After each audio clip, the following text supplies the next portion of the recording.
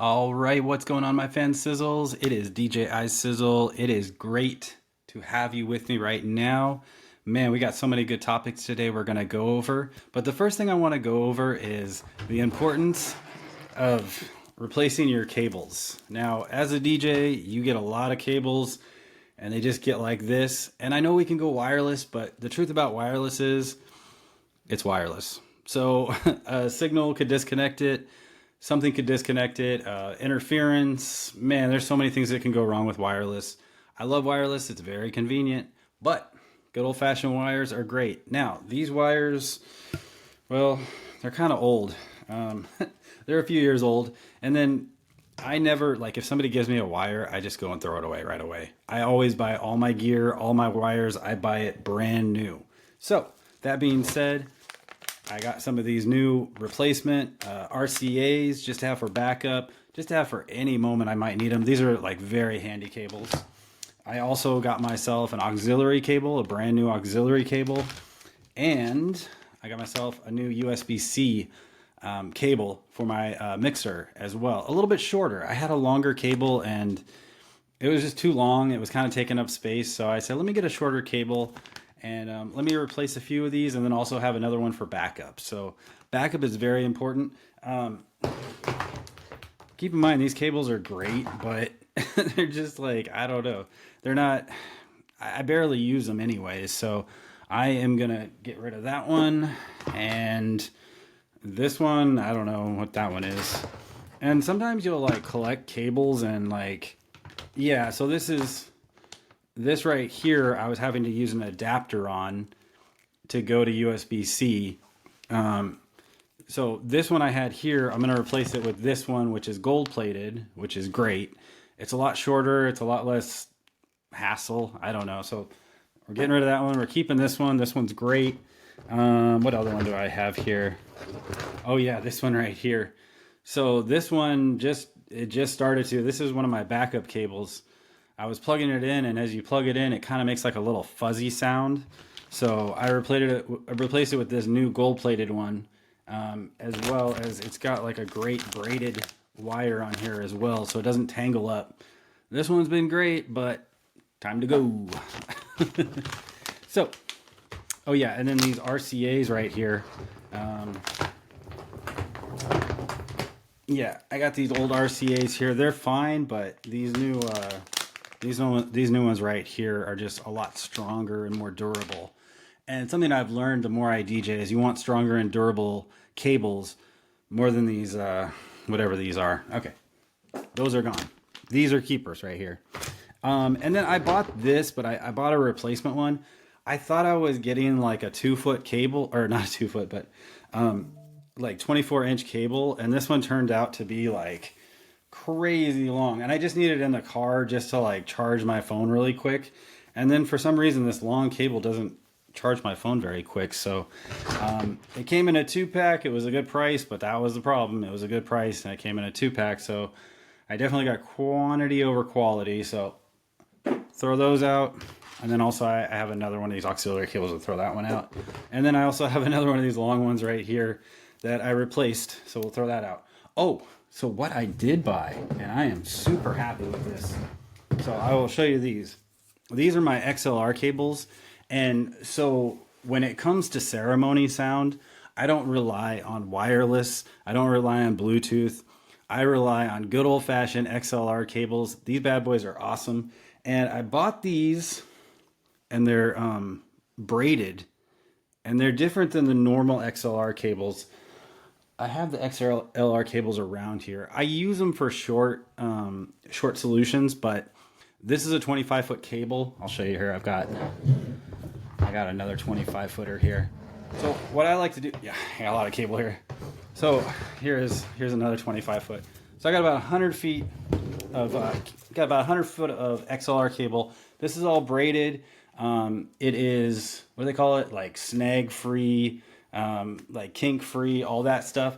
I have used these this last 2025 season in weddings for my ceremony. I will run a cable 100 foot if I have to. I'm not going wireless. This is the most important day ceremony of somebody's life.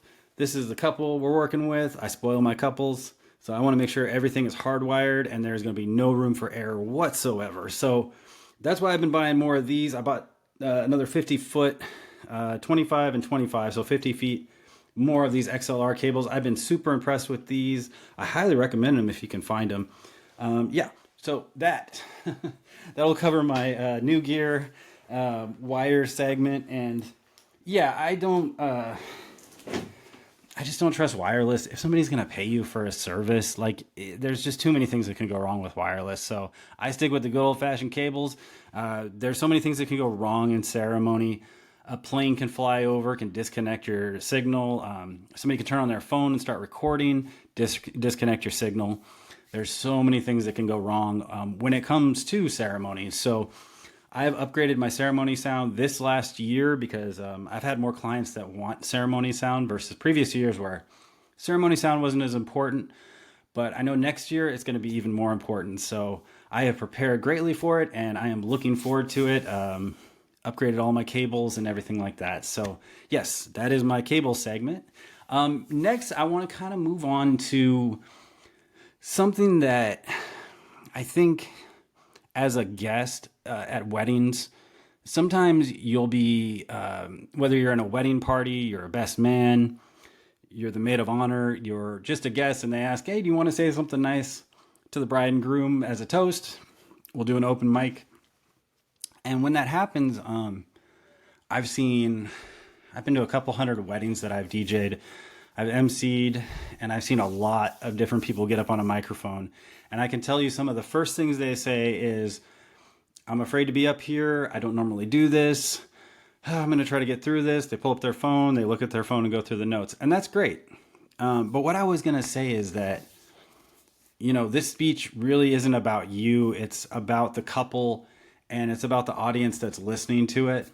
And some things that I've learned along the way is definitely write it down and have some notes, but just have those notes like to the side or set them on the table in front of you and you can kind of glance down at them and say it versus like, okay, so I wanted to tell the couple that I think they're great. And, and you're just looking at your phone, you're starting over your words, you're like barely talking, your voice is cracking. So some things that I've learned with being an MC is that you just have to get up there and be very confident. And you also have to look at it as like, we're here because of the bride and groom. We're here because of the couple. And let's really celebrate them today. And, depending upon the couple and your relationship with them, if you want to embarrass them, that's cool. But I find that the best toasts are the ones where they're like, hey man, I met you a couple years ago and you were a cool guy. But, since you met your bride, I mean, things have just changed for you. And I can just see that your life is progressing and that you've made just the best changes in your life. And I've seen nothing but improvement from you. So those kind of speeches I think are probably more impactful, but it really does depend on the couple, your relationship with them as well. I would say if you're giving a open mic speech or an open mic toast, include everybody in it and just say, I know like everyone else here, I feel very blessed to be invited to this special occasion. And I just love the both of you. And I'm sure like everyone else, we're so happy that you found each other. And, we can't wait to celebrate with you later. So those kind of things, very simple. Try to keep the humor away if you can, because humor is very subjective. And I've seen some times where people get up in the crowd and they really embarrass the groom, and he was probably fine with it. But that's why, like, as an MC, I don't get up there and embarrass people or tell jokes or anything like that. That's just not my style. It's not what I'm about. If that was who I am, if I was a roast DJ MC, then I think it would be great, but that's just not who I am. So if that's not who you are as somebody, don't try to be something you're not. People, especially in a crowd, can smell authentic or inauthentic. And if they smell that you're just being kind of phony or whatever else, they'll kind of roll their eyes and stuff. So it's always best to, I always say, speak from the heart. The heart will unite everybody if you know how to speak correctly from it.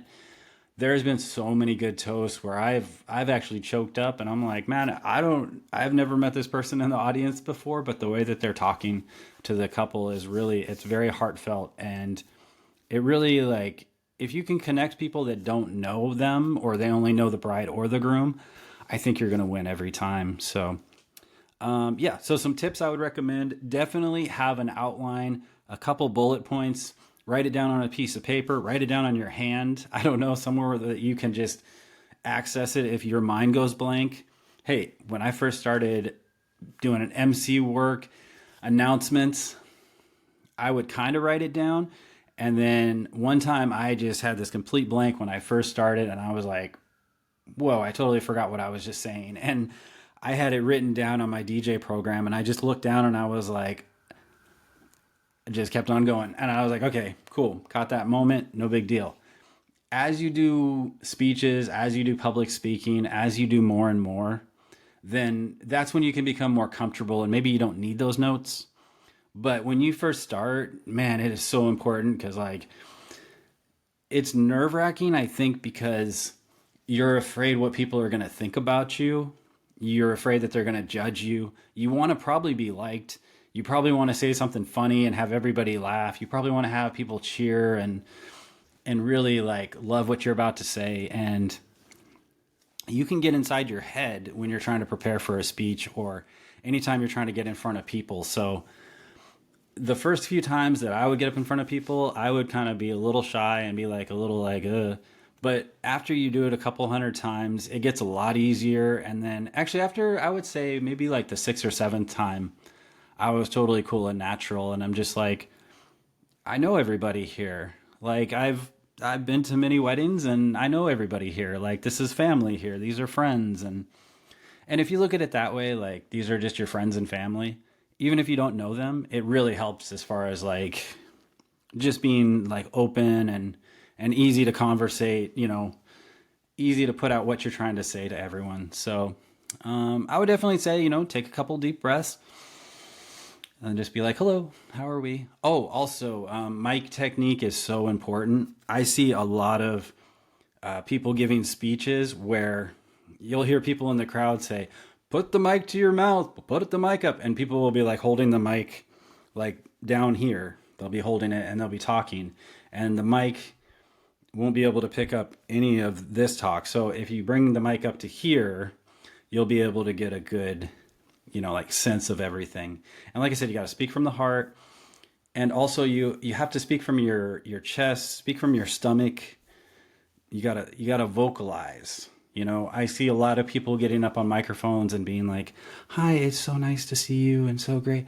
And people are like, I can't even hear you. Like, what are you saying? And you just have to get up there and be very confident and take a deep breath before you do and just say, hi, how's it going, guys? How are we doing? This is pretty amazing. Like, be very friendly, man. Get the audience on your side right away and you'll be great. You'll be great. I truly believe that. Yeah, some of the best speeches I've seen are just strictly from the heart. A little rehearsed is fine, but just don't be reading it right off the paper. Like, like you're just like, oh, I just printed this off 5 seconds ago, or I just copied and pasted this, and now I'm just reading it right here for you guys. It's okay to have those notes, because we do forget when we get emotional and we get in a state.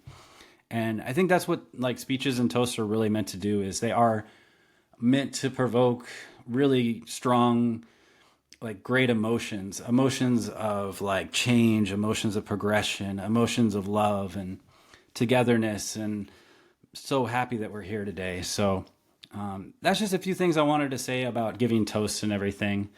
Yeah, I think we'll just keep this a really quick episode today. I just wanted to touch on a few things and just keep it simple. I think that's what we're going to do with this podcast now, is we're just going to do a couple quick segments. I'm just going to talk about a few things, and I'll just give my take on things based on my experience. And then hopefully that'll be helpful for whoever is listening. Maybe they're trying to find tips on giving speeches. Maybe it's a DJ that says, hey, my chords are really old and I need to replace them, so I always recommend new gear every year. Bring in new gear. There's nothing better than getting new gear as a DJ. It makes your setup look better. It makes you perform more confidently. Yeah, I guess that's what I was going to say about today's episode is just like, don't be afraid to upgrade your skills, upgrade your, presence, continually like upgrade everything in your life. And I think just onward and upward, man. Just keep it going. So, all right. I'm DJ iSizzle, man. Thank you guys so much for listening. Thank you so much for watching. I appreciate it greatly. And I will see you on the next episode. Bye.